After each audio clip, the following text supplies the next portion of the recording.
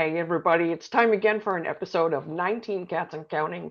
I am your host, cat behaviorist Rita Reimers here on Pet Life Radio.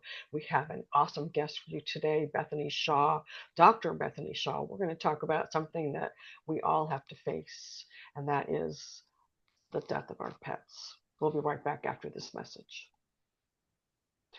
And we're back with 19 Cats and Counting, talking about a subject today that's, it's very difficult to talk about. We're going to talk about losing our pets because we all have to face that eventually. It's we want them to live forever, but unfortunately. And Dr. Bethany Hsia is here to talk about at-home euthanasia, which is really somewhat a new phenomenon, wouldn't you say, Dr. Hsia? Yeah, definitely. I'll admit that when I graduated in 2010, it wasn't something that was really on my radar. Mhm. And I was at a clinic that would do in-home euthanasia if the clients asked for it, but it wasn't something that was asked very often. And whenever they did, I was like, okay, sure, we can do that. I don't really understand this ask, but okay. Um, but it wasn't until it was my own dog, to my shame, that all the lights went on for me. Oh, I get She it. was It's different when it's your pet. Yes, and she had developed osteosarcoma, which is bone cancer.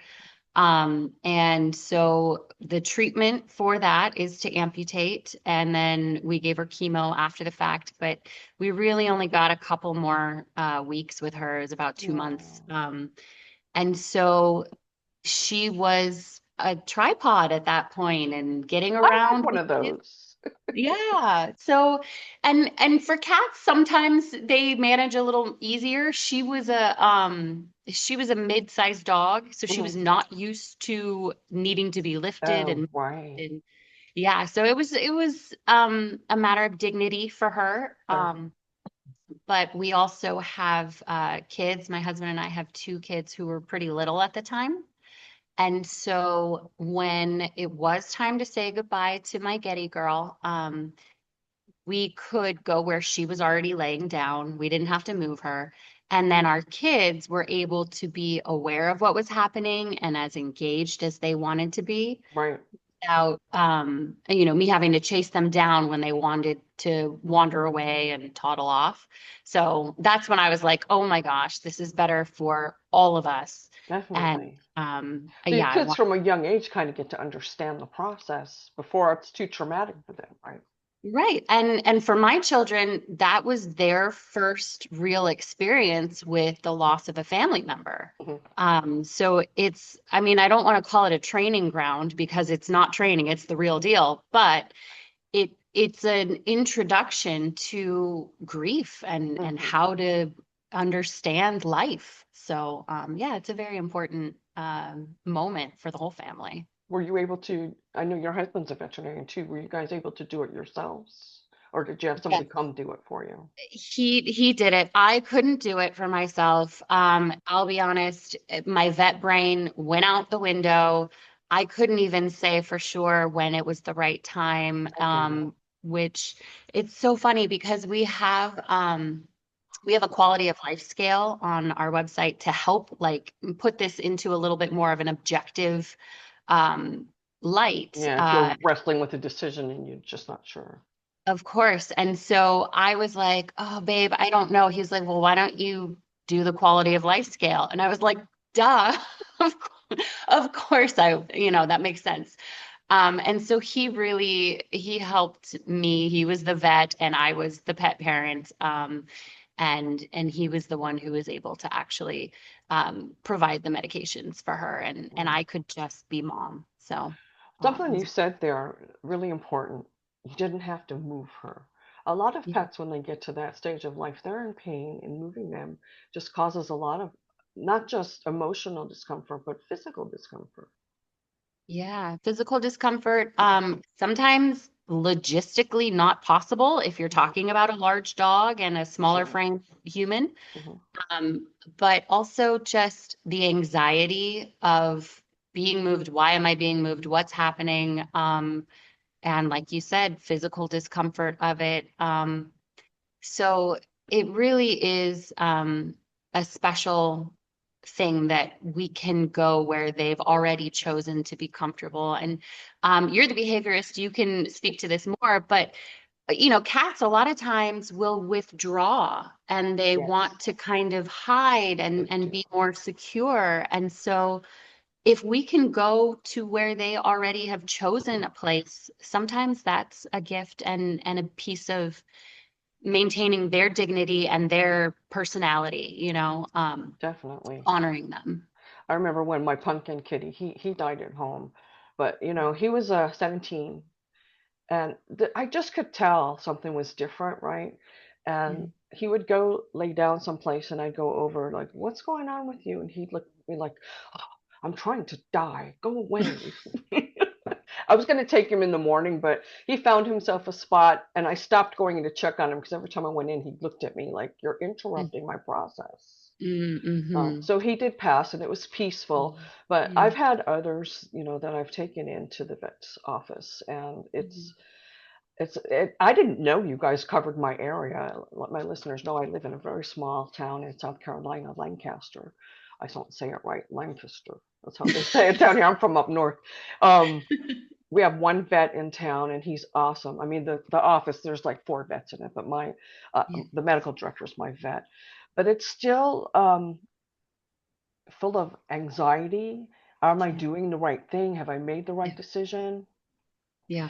Tell me about that scale. Where can people find that on your Yeah, it's website? on our website. So codapet.com slash, and then it's quality dash of dash life dash scale. Awesome. What can you tell me a little bit about what is evaluated in that scale?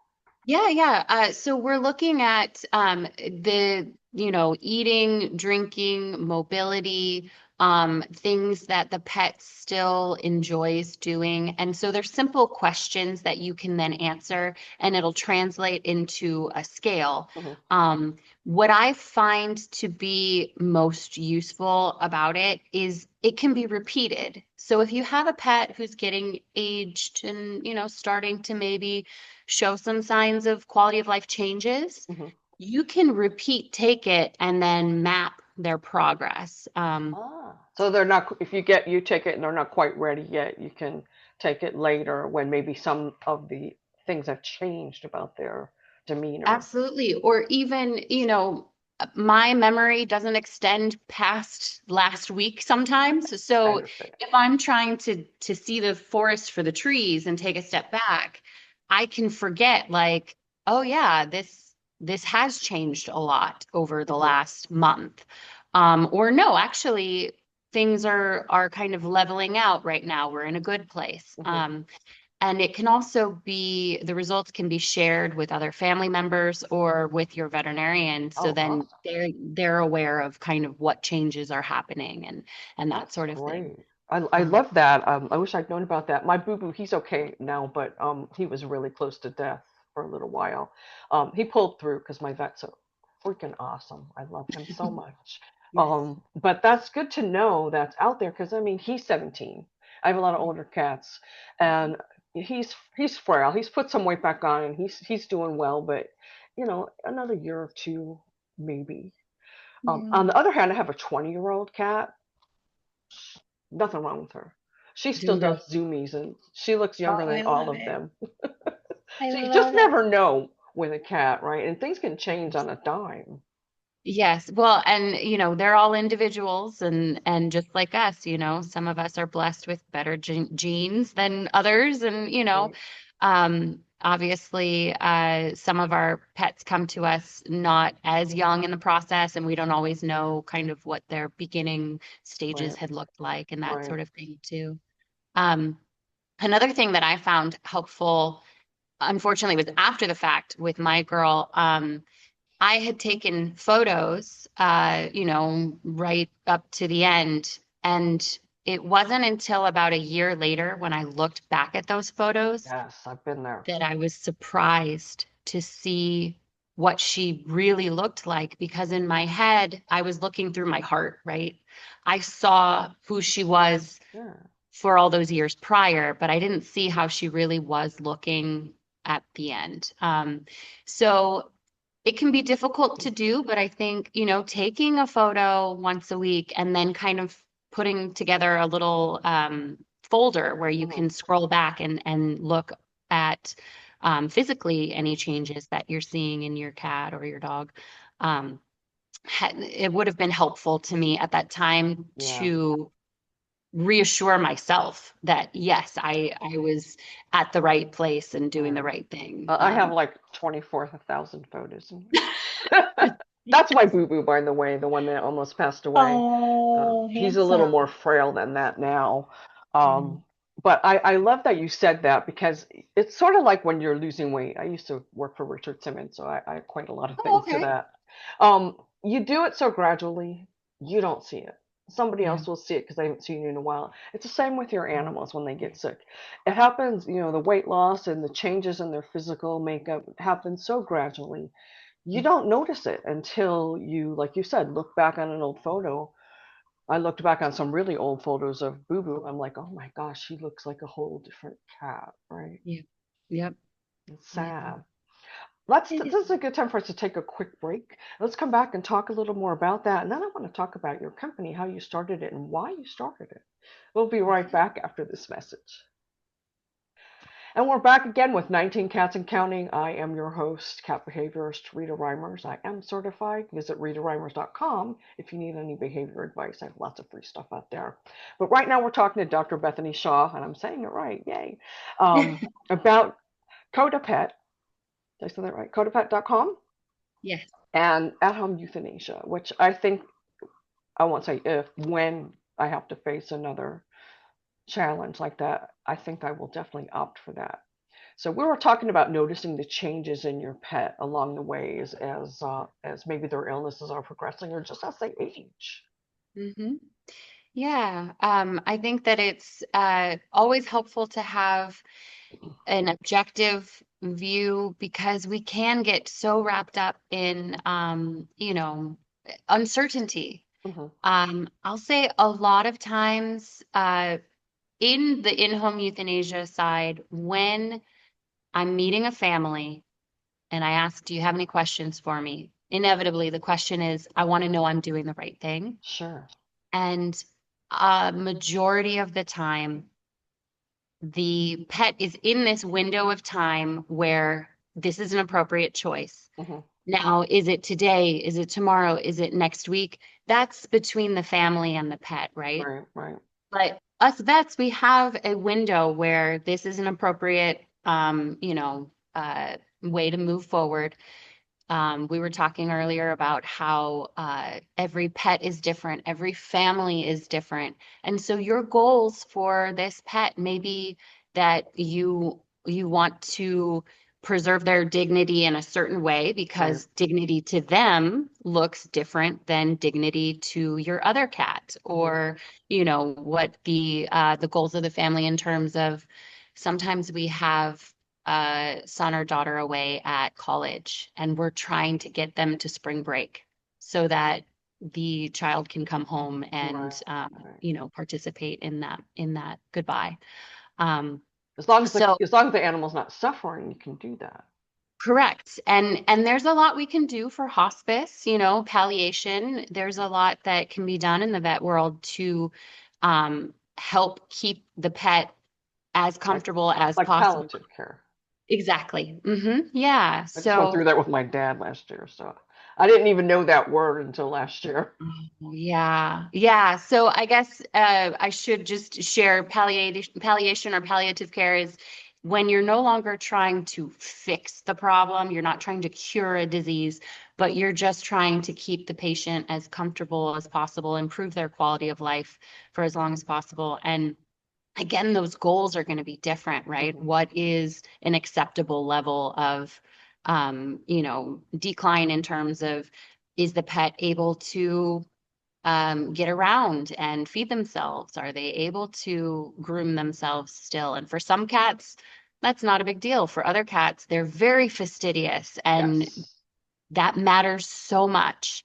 I have a So few that if they're not grooming, I know they're not feeling well. Yeah. right. Yeah. So I think we get hung up on the idea of binary. Yes, it's the right time. No, it's not the right time. But it's such a fine line. It's Hmm. such a personalized, person to person, pet to pet thing that I think it's really important to think about these things ahead of time. Hmm. And if you are a home where there's multiple uh, people involved, Oh, I'm the only then person, but 16 cats, and sure. they do grieve each other. Yes, absolutely. When there's multiple people involved, then having those conversations with each other Yes, yes. so important. Because one Uh, person might be ready to let go, and the other person's not quite there. right. And if you can't articulate that, then it's hard, and that brings more tension into the home and into the family, Definitely, right? So definitely. if you're able to kind of, as painful as it is, start to unpack why am I not ready? What is it that would be ready? Am I waiting because I don't think that it's their time? Am I feeling like they're not ready to go, or am I feeling like I'm not ready to go? What would help me? Do we need to plan a senior photo shoot, or something Yes. to memorialize, or a celebration of the greatest best day with all the wonderful treats and activities and those sorts of things. Um, I love that you said that so about a photo shoot. I had a photographer on the show sometime the year before last, I think. And that's what she did when the pet parents were deciding it was probably time. She would go and do a last photo shoot. yeah. And Oh it my God. really gave the pet parents a lot of peace. Yes, and it's such a gift because you can never go back in time, right? So photos in general, whether it's a senior photo shoot or just I love doing annual family photos because my kids grow so quickly. Oh Um, yeah, I bet. I wanted to go back to what you were mentioning about the cats grieving each other. Yes. Um, that is such a huge piece for me about why being able to say goodbye in home is a real gift. When with cats particularly, I know there's the factions, right? Like these guys are besties and they don't like this one.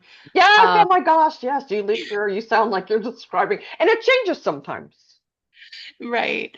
But they do want to know what's happening. They want to know who's where and how they're doing and all those sorts of things. And so when we say goodbye to a family member, a pet at home, even if the cats weren't friends, so to speak, or the other household pets didn't really seem to care about them, they coexisted but didn't show interest, Sure. I still want to invite the pet parents to bring those pets around so that they can see what has happened and they can say their goodbyes and Sure. not then be seeking for their friend after the fact or their frenemy, whoever it is. After. No, because any change in the household, Yeah, will absolutely. impact, especially if you've got more than one, especially if you've got 16. Back when I lived in LA and I only had 7 cats at one point, and I wrote my book about, I told you about my heart cat, Sadie's Yeah, heart, because she died of ventral septal defects. yeah. Um, well, I was a cat sitter at the time too. I went out to do my cat sits and I came back and she had died on the sofa. She was really bonded to my trouble. So they must have Mm, been together. He was in the closet hiding. yeah, yeah, But yeah. that night, after I took her, to do what we had to do, every cat went and sat on that spot for a little while, Hmm. like honoring that Sadie was gone, because she was kind of the head female, right? She was the alpha girl. That gave me chills. It's like it's important to give them that opportunity to grieve too, which looks different, from cat to cat or from, even dog to dog. It looks different for each individual, and Right. it's not necessarily what we even recognize as grief or honoring, but to let them have that opportunity is so important. Oh, I felt so bad for my parents' dogs. My parents, my listeners know, they passed away 5 weeks apart last year, October, November. So And sorry. my parents had 4 dogs left.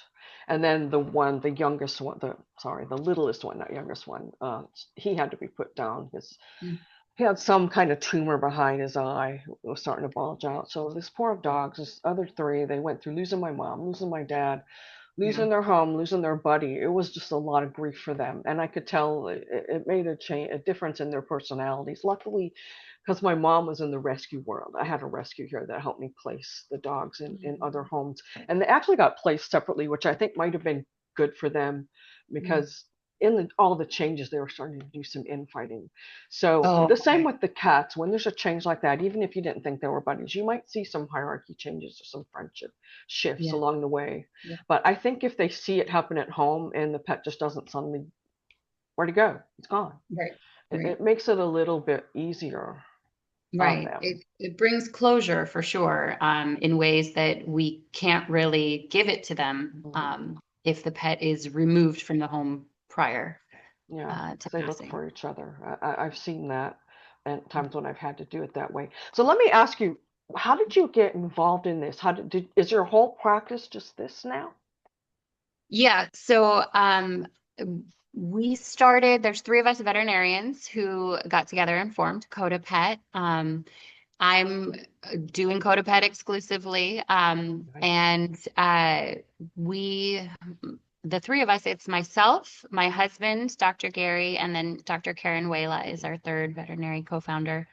Um, Karen was doing in-home euthanasia in our area, Hmm. and I hadn't met her before I kind of got started on this journey.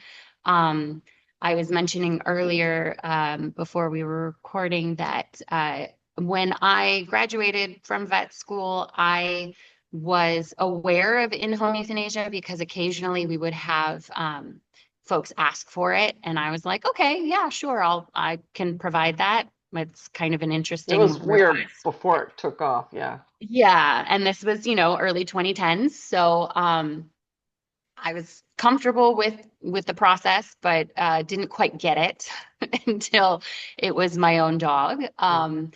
She was my junior surgery dog. So for those outside the vet world, in your junior year, you do spays and neuters, and usually they're adoptable pets Excuse with me. a rescue or a shelter that Nice. need to be fixed before being adopted out. And so we do the spay and neuter, and then we get first crack at adopting them. Oh, nice. I had no idea. That's so cool. Yeah, at least that's the way that it was at the school that I was at. And so I adopted Serengeti. She was my first dog that I brought into my life as an adult, start to finish, all my choices, my girl.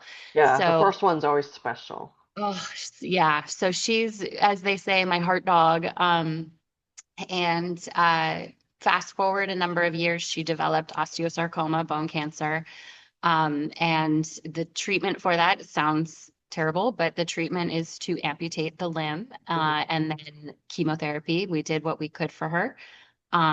We really only get a couple months with osteosarcoma right now. By the time of diagnosis, there's usually metastases.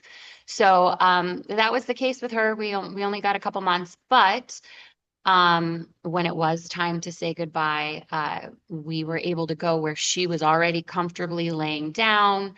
Hmm. We have two young kids who were even littler at the time, and they were able to be as involved in that process and aware of it as they wanted to, but had the freedom to toddle off and wander away Yeah, yeah. without me having to disengage and keep them from opening drawers and cabinets or whatever they might be getting into otherwise, because we were at home. Yeah. So at that point, I was like, I want other families to have access to this kind of a goodbye for Hmm. their pets. Not have to be a vet themselves or be married to one, or for their clinic schedule to line up with when they need the service. If it does, then that's amazing, especially if there's an ongoing relationship with a vet, then that's fantastic. Well, I know there's a vet shortage right now, so a lot of vets can't take the time out of their practice. Yeah, and a Everybody lot of knows times, Teddy Bear. Say hi, Teddy Bear. hi, teddy bear. A lot of times the clinic schedule is booked out for a couple weeks, and so it's just not feasible, right? So I reached out to Karen at that point. I introduced myself and I said, "Hey, do you need help?" And she said yes. Um, so we got together, we formed Coda Pet, Coda being the tail end of a musical movement or a piece. And yeah, now we're coast to coast. We've got 175 vets with us right now. You even And served my little town, which is a bit, I was amazed to see. yeah, so it's really an honor to be able to help people in that time, to Sure. be invited into somebody's home. I mean, that's their sanctuary, right? To be Definitely. invited into their space at such an intimate and tender moment in Yeah, their journey with that pet. sure. I mean, it really is an honor, and I'm always so humbled to have that opportunity. I'm sure that next time I will definitely be visiting your website. I already saw there's 2 vets in my area that do it, so it doesn't hurt. If you live in a small town and you're just, oh, they probably don't do my area, check it out because you just don't know. I'm 30 miles south of a major city, so that's probably why you cover my area. But we were talking before we started recording. A lot of the situations with people, if you've got a large German Shepherd or something like that, how are you going to get a sick dog of that size to the vet? And even a small cat or other type of animal, they might have pain, right? And picking them up and if you jostling them around just causes them a lot of discomfort as well as, anguish. So it's just more peaceful for the pet as well as the people. Yeah, it helps to reduce anxiety for sure. Hmm. You can't tell them, hey, look, this is the plan. This is what we're doing. So to be able to provide as comfortable of a space, which what's more comfortable than where they choose to be? Right. And then they really pick up on our anxiety, They right? do. So if you're anxious about, oh, I got to get them into the car, we got to drive across town, they're worried, and I'm worried, and you guys kind of start spinning each other up, right? That can be really difficult. So uh, I think that anything that we can do to keep both pet parent and pet as calm as possible is going to help the situation. And then we also avoid the painful return home without the pet scenario. That's always the worst. Like I mentioned off the air, my vet, he always walks me out the back, tells me to pay later, because he knows. He does that. I'm sure he does that with all the pet parents because it's a Yeah, hard decision. Making the it decision is. is hard right there. Yeah, it's so hard. And I always kind of think of it to myself as the walk of shame. Not that there is anything to be ashamed of, I get it but though. but we feel that shame of like, oh, I failed them somehow, or this was a lack of a success because I had to say goodbye. And I don't think that that's how death is. I No, think that we um we don't do a very good job in our culture of thinking about death and talking about it in advance and looking at it as, yes, it's an inevitability. So let's talk about what matters to me. What would failure be? What right, would that look like? right. Because it's not a failure. It's the next phase, and we all are going to face it someday. Yeah, it's the best thing you can do for a pet who's suffering is to let them go in Mhm. peace. Yeah. It's not make them suffer. Yeah. So, any last words of wisdom for all of our listeners out here? I would just harp on that, thinking about the end of life ahead of time. If there are multiple caregivers involved, discussing that ahead of time. Yes. What does what does it look like for this particular pet to be suffering? Um, is it a pet who loves certain activities? We were mentioning cats who groom themselves and are Yeah. very fastidious. So is this cat not being able to groom themselves a sign that we're one more step into this process? Right. Or, what does it look like? So having those conversations ahead of time when the emotions are running lower, it's Right. not When they're not uh, raw. Yeah. Right, not as raw, and that your hand isn't as forced, because sometimes we put off these conversations and we put off these thought exercises until we really have no choice and the pet is actively dying. We need That's to true. either intervene or, come to peace with it very quickly. So yeah, being able to at the lowest stakes time have those conversations and thoughts. And that doesn't mean that, you have to seal it in stone and go by this plan come hell or high water. It's just let's think about it ahead of time so we're at least prepared. And on the same page, because if you've Hmm. got one person saying it's time and the other person saying it's not, that can be, that can be painful for everyone and for the animal too. Yeah. The most important thing is that you don't let your pet suffer, I think. Yeah. Well, thank you Yeah. so much. I really love that you came on the show. I love that you started this business. I had no idea that you were out there, and now I do. So visit codapet.com. Get familiar with the process before you need it, right? Get comfortable with it because it's a fact of life. If you have a pet, you're eventually going to have to say goodbye, sadly. Yeah, for So thank sure. you so much. Anytime you want to come back on, Well, you're thank you. the door's always open. And I have to thank, of course, Mark Winter for giving me this awesome spot on Pet Life Radio. Thank you so much. And all my listeners, too. I'm glad you waited for me. There was a little time I didn't do some podcasts because of my loss last year. Everybody who listens knows that. I really appreciate it. And don't forget, though, that every day is Catter Day. We'll talk to you next time. Okay. Du-du-du.